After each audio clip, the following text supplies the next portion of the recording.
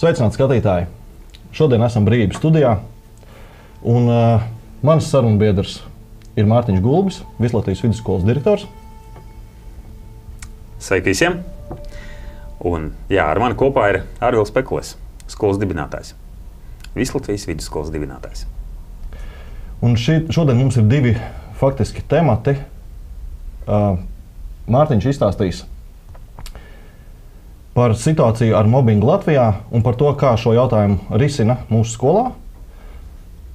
Un es savukārt izstāstīšu par komentārus no mūsu skolas puses, no mūsu skolas vadības puses par skolu reformas plānu un mūsu risinājumu šajā stāstā. Vārds tev, Mārtiņ.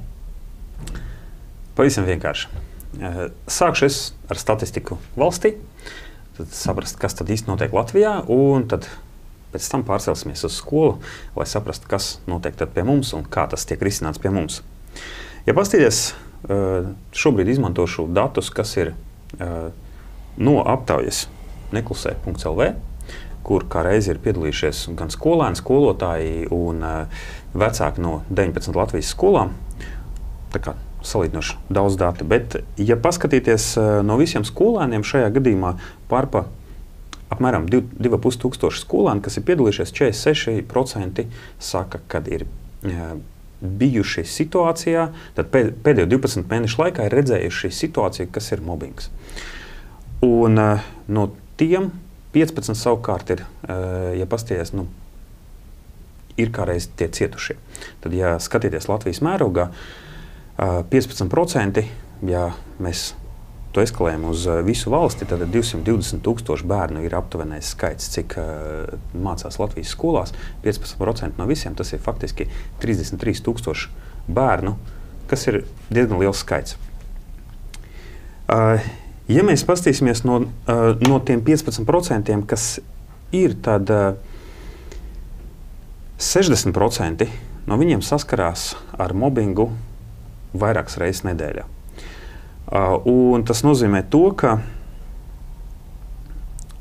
bērni, kas mācās skolā, tāda vai tas būtu emocionāla, fiziska, digitāla, vai kāda cita iedarbība, tad, protams, visvairāk tas ir tieši emocionāli, kad vai skolēns jūtās apsmiets, izstumts, kaut kādā veidā aizskarts. Un interesanti, ja pasties, ja pajautā tiem skolēniem, kas tad īsti ir darījis pāri, tad lielākā daļa tas ir klases biedri. Tad faktiski tie skolēni, ar kuriem kopā katrs skolēns dodas pavadīt ikdienu, sanāk tie paši ir tie, kuri rada to nekomforta sajūtu daļai Latvijas skolēni. Un, protams, jautājums, ko tas īsti ietekmē? Šeit ir 4 lielumi. Tad pirmais skolēnu pašvērtējums. 80% tas ietekmē negatīvi, īpaši negatīvi 33%. Attiecības ar citiem, tad spēja veidot attiecības un vispār komunikācija ar citiem, atkal tie ir 80% kopā, kuriem tas ietekmē. Un arī 30% ir tādi, kur tas ir ļoti stipri ietekmē. Apmierinātība ar dzīvi. 83% gadījumos skolēniem tas ietekmē, cik viņi ir apmierināti ar dzīvi. Un 68% tas ir iemesls, kas ietekmē mācību rezultātus. Tad faktiski tā emocionālā vide ir nospiedoša, ka skolēnam tas ietekmē gan mācības, gan arī daudz citas lietas, kas ir saistīts ar viņu personību. Un, protams, jautājums, kā šo risināt. Šeit interesanti, kas parādās šajā aptaujā, ka kad pajautā skolēniem, pie kā viņi vēršas vai pie kā viņi vērstos tādos gadījumos, tad viņi saka vecāki, tad 46%, un 36% runāt ar draugiem. Tad mums sanāk vecāki un draugi. Ja mēs paskatāmies cits jautājums, kā tad tas tiek risināts skolās, tad skolotāji šajās anketās atbild, ka 76% gadījumos ir iesaistīts psihologs, sociālais pedagogs, vai arī tad ir mācības skolotājiem. Un interesanti, ka mācības vecākiem vai vecāku iesaisti parādās kaut kur prioritāšu zemākajā punktā, un cenšas atrisināt to problēmu tieši skolēns, skolotājs un skolēni, bet vecāki netiek iesaistīti. Kas tīri, ja skatieties, kāda ir skolēna vēlme, tad, protams, vecāks būtu jāiesaista daudz vairāk. Un rezultāts jau ir, ka beigās tikai apmēram trešdaļas skolēna, kuri ir pakļauti mobbingam, to kaut kādā veidā aiznes tālāk uz sabiedrību, jo kādam ir kauns, kādam bailes, ka būs vēl sliktāk, un citi līdzīgi iemesli, kāpēc tas par to netiek stāstīts. Ja, jo arī ir tāda atbilde, ka esmu stāstījis, bet īsti nekas nav mainījies. Ko tad ar to darīt?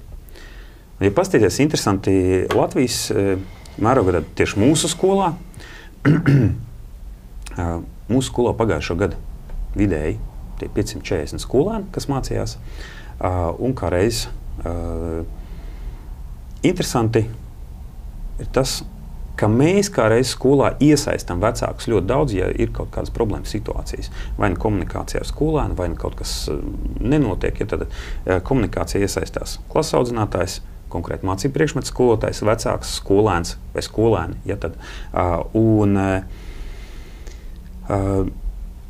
šķiet, ka vai tālmācībā nevarētu notikt, nebūt tā, ka tur ir mazāk tas mobbings. Bet viens no punktiem ir digitālais mobbings. Tas nozīmē to, ka faktiski interneta vidē tas var notikt noteikti, un plus vēl, ja varbūt anonīma komunikācija, tad tas var būt vēl īpaši izteikts.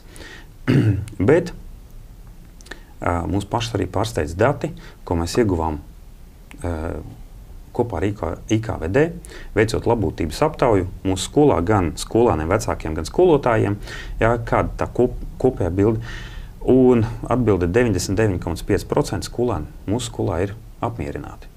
Tad kaut kāda mobbinga pazīmes vai tam līdzīgi neizjūt, nesaskata. Šeit izstāstīšu interesantu situāciju, kas burtiski notika tad, kad mums pagājušā mācību gadā noritēja eksāmeni, kad uz eksāmeniem arī atnāca pastīties no IKVD, kā tad īsti veicās mums eksāmenos. Kā tiek ievērotas instrukcijas un viss pārējais. Un šajā gadījumā pirmajā eksāmenā, kad tas vēl bija, tad tā otrajā eksāmenā jau, trešajā, kas mums bija angļu valodā, kad jau skatījās, kā tad tur notiek. Interesants komentārs, kas bija no inspektors, tas ir, kā jūs panākat tāda komunikācija starp skolēniem, kāda ir jūsu skolā, jo pat klātienes skolās tāda nav. Un izrādās eksāmena laikā, ja skolēniem starpbrīžos iespēja komunicēt, un tā komunikācija pilnīgi citāda, kas izbrīna arī, kā saka, ne tikai varbūt kādu no malas, bet cilvēks, kuri ir bijuši daudzās skolās, daudzās vidēs un redzējuši. Kā tad īsti, kāpēc mūsu skolā tas rādītājs ir šāds? Tad faktiski, ja mēs skatāmies, tad ja notiek situācija, mūsu fokus ir atrisināt situāciju, nevis meklēt, kurš tad ir vainīgais un kuru vainot un tā tālāk. Ja. Un noteikti tas, kad mēs iesaistam vecākus, šajā gadījumā tas tiešām atbilst tam, kāda ir bērnu vēlme, kā viņi to redz, lai atrisinātu, jo centrā ir jābūt bērnam. Jebkurā gadījumā no vadības vienmēr mēs esam sasniedzami, un, protams, ka tā komunikācija arī nav tā, ka kāds no augšas autoritīvi šitā vai šitā, bet atkal mērķis ir atrisināt situāciju. Un tā komunikācija, tas mērķis noved pie tā, ka tās situācijas tiek arī atrisinātas. Tas, kā saka, nav tā, ka viņas nav, bet tiek atrisināts, un ņemot vērā, ka šāda veida komunikācijas, tā kā mums ir arī čati vecākiem, grupas, kur klašu ietvaros, visas skolas ietvaros ir kaut kādas lietas, ko viens otram vecāki stāsta, un iesaistīt arī tāpat tur skolotāji un skolas vadību. Tad vienkārši var uzreiz redzēt, ja kaut kas notiek, tad tas diezgan caurspīdīgi visā skolā, un ir saprotams, ja ir kāda situācija, tā tiek risināta. Un radītāji runā paši par sevi. Paldies, Mārtiņ! Tas, ko es vēlētos piebilst no savas puses skatītājiem, šis Mārtiņa stāsts un situācijas atainojums faktiski nav nekāds brīnums. Viņam apakšā ir ļoti konkrēta konstrukcija, ko mēs esam ielikuši jau pašā sākumā skolas veidošanas brīdī. Tātad, ja konstruktīvi mēs fokusējamies uz šiem punktiem, lai atslēgtu vispār iespēju, ka vardarbība vai mobbings izpaužās, tad viņa nebūs. Aptaujas dati 99,5% apliecina to, ka nav saskārušies ar vardarbību, mobbingu mūsu skolas vidē. Tas faktiski nozīmē to, ka mēs esam spējuši paredzēt tās situācijas pirms viņas eskalējās un pirms viņas kļūst par reālām problēmu situācijām. Mēs esam caurspīdīgi to visu atrisinājuši, tā kā Mārtiņš to teica. Un šis stāsts ir par to, ka visas lietas mums apkārt sagrupējās noteiktās konstrukcijās. Un mans temats šodien ir skolu tīkla reforma, kura kļaujas iekšā kopējā stāstā par izglītības situāciju Latvijā. Tātad visi zina par to, ka situācija izglītības nozarē faktiski ir kritiska. Trūkst pedagogu, varās ciet skolas, slikti eksāmena rezultāti, nav mācību grāmatu, trūkst finansējumu un tā tālāk. Nebeidzams stāsts ar dažādām problēmām. Tā skaitā problēma, kas ir demografiskā situācija Latvijā, kas diktē savus noteikumus. Tātad, ļoti daudz tiek runāts par šīm problēmām, un pretī tam visam tiek likts skolu reforma. Smieklīgākais tas, ka tūlītās tuvojās jaunais mācību gads, un vēl nav nekāda reāla risinājuma, pat arī tuvākiem laikam, pat arī šim jaunajam mācību gadam. 8. augustā Saeimas komisijas sēdē sprieda par to, ko un kā īstenot no priekšlikumiem, kas ir līdz šim sagatavoti. Dotajā brīdī tiek uzklausītas iesaistīto pušu viedoklis un komentāri. Bet, draugi, es aicinu paskatīties uz to visu pavisam savādāk. Nevis no optimizācijas puses, jo jāsauc lietas ar īstos vārdos. Tā nav nekāda reforma, tā ir optimizācija. Un optimizācijas galvenais uzdevums ir nogriezt un ietaupīt. Tātad, ja mēs ejam šo ceļu, tad ir pilnīgi skaidrs, kāds būs rezultāts. Un es piedāvāju paskatīties to visu no citas puses, kā strukturēt, samainīt dotos lielumus, izmantot to situāciju, kāda dotajā brīdī mums ir, un salikt pavisam citu stāstu un pavisam citu virzību. Un tas ir iespējams, un tas ir izdarāms. Un te pretī uzreiz ir komentāri, jā, bet valstī trūkst naudas, jā, mums trūkst skolotāju, un tas jautājums ir risināms. Elementārs piemērs no vēstures. Izglītības sistēma Latvijā faktiski tika uztaisīta 1919. gadā. 10 gadus vēlāk, tas ir 1929. gadā, Latvijā bija 1944 skolas, un viņās mācījās 122,000 skolēnu. Salīdzinājumam šobrīd Latvijā ir 643 skolas, un viņās mācās 221,000 skolēnu. Tātad skolu skaits gandrīz 100 gadus atpakaļ bija 3 reizes lielāks nekā šobrīd, un bērnu skaits gandrīz 2 reizes mazāks.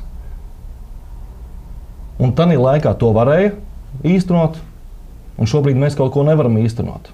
Tā ir problēma, ja mēs neskatāmies vēsturē, nemācāmies no viņas un neizmantojam šī brīža situāciju un šī brīža iespējas situācijas atrisināšanai. Tātad ļoti īsi. Es aicinu visiem atcerēties izglītības pamatnostādnes galvenos punktus. Izglītībai jābūt iekļaujošai, jābūt pieejamai un jābūt digitālai. Tie ir 3 punkti, kas būtu jāņem par pamatu jebkuru reformu veikšanā. Jāpadomā, kā mēs šīs lietas faktiski mūsu digitālo vidi varam izmantot mums par labu. Jāņem punkti no vēstures, kas bija jau kādreiz īstenot un bija efektīvi, jo tādā pašā 29. gadā, ko es pieminēju, izglītība Latvijā skaitījās prestiža, skolotāja profesija skaitījās prestiža, un ne tikai Eiropas, bet arī pasaules mērogā mūsu izglītības risinājumi šeit skaitījās inovatīvi, un tādi, no kuriem ir jāmācīties. Tātad mēs šeit varam atkārtot to pašu, ko mēs kādreiz esam izdarījuši, tikai jau daudz labāk izmantojot tos rīkus, kas ir šobrīd pieejami. Jebkurā gadījumā mums kā skolai ir gan algoritmi, gan risinājumi, kas šai situācijai palīdzētu. Un mēs arī vēlamies iesaistīties un atbalstīt Latviju šīs jautājuma risināšanā, šīs problēmas risināšanā. Dotajā brīdī ir tāds mazais punktiņš, ko mēs varētu, teiksim, to palīdzību, kādu mēs varētu sniegt, bet mēs visiem, kur skolas tiek reorganizētas, pirmo pusgadu nodrošinām mācības pie mums bezmaksas. Ļoti vienkārši. Un šajā gadījumā tām ģimenēm, kuras ir šausmās un stresā par to, ka iespējams viņu bērni tagad 50 km katru dienu brauks uz skolu turp un atpakaļ, viņiem, teiksim, mierinājuma vārdi ir tādi, skola var būt arī pie jums mājās. Tātad bērns var arī nekur nebraukt. Un mācīties var pavisam savādākā formā, nekā tas ir bijis līdz šim ierasts mūsu laikā. Tas viss ir iespējams, un mūsu līdzinājie rezultāti parāda, ka viss ir skaisti, tas viss ir izdarāms. Mārtiņ, tev ir kaut kas piebilstams? Jā, un šajā gadījumā, protams, ir vēl viens interesants komentārs, ko pielikt klāt, ka mūsdienās vecāki ir tik ļoti aizņemti darbos, tik ļoti kaut kur skrienoši, gan pats pēc sevis zinu, tas, ka darba daudz un jāpaspēj izdarīt. Bet vienalga, svarīgi ir tas, ka var tikt atvēlēts saviem bērniem pietiekami daudz laika, lai tās attiecības starp vecākiem un bērniem veidotos ļoti labas. Un tas ir pamats tam, lai neveidotos kaut kādas mobbinga situācijas, jo vecāks ir vistuvākā atbalsta, vistuvākais atbalsts, ja? Tas cilvēks, kuram visvairāk var uzticēties. Un viennozīmīgi, ja viņš ikdienā ir klāt un var redzēt, kas tad īsti notiek ar bērnu un kāda ir tā komunikācija, ja, tad ļoti viegli var saprast, kā tajā brīdī var palīdzēt un norēģēt kā reiz laicīgi, nevis tad, kad jau tiešām ir jāiesaist kaut kāda psiholoģija un citi speciālisti. Tā kā esiet tuvu saviem bērniem, veidojot labas attiecības, un noteikti Vislatvijas vidusskolā tas ir iespējams. Paldies! Paldies!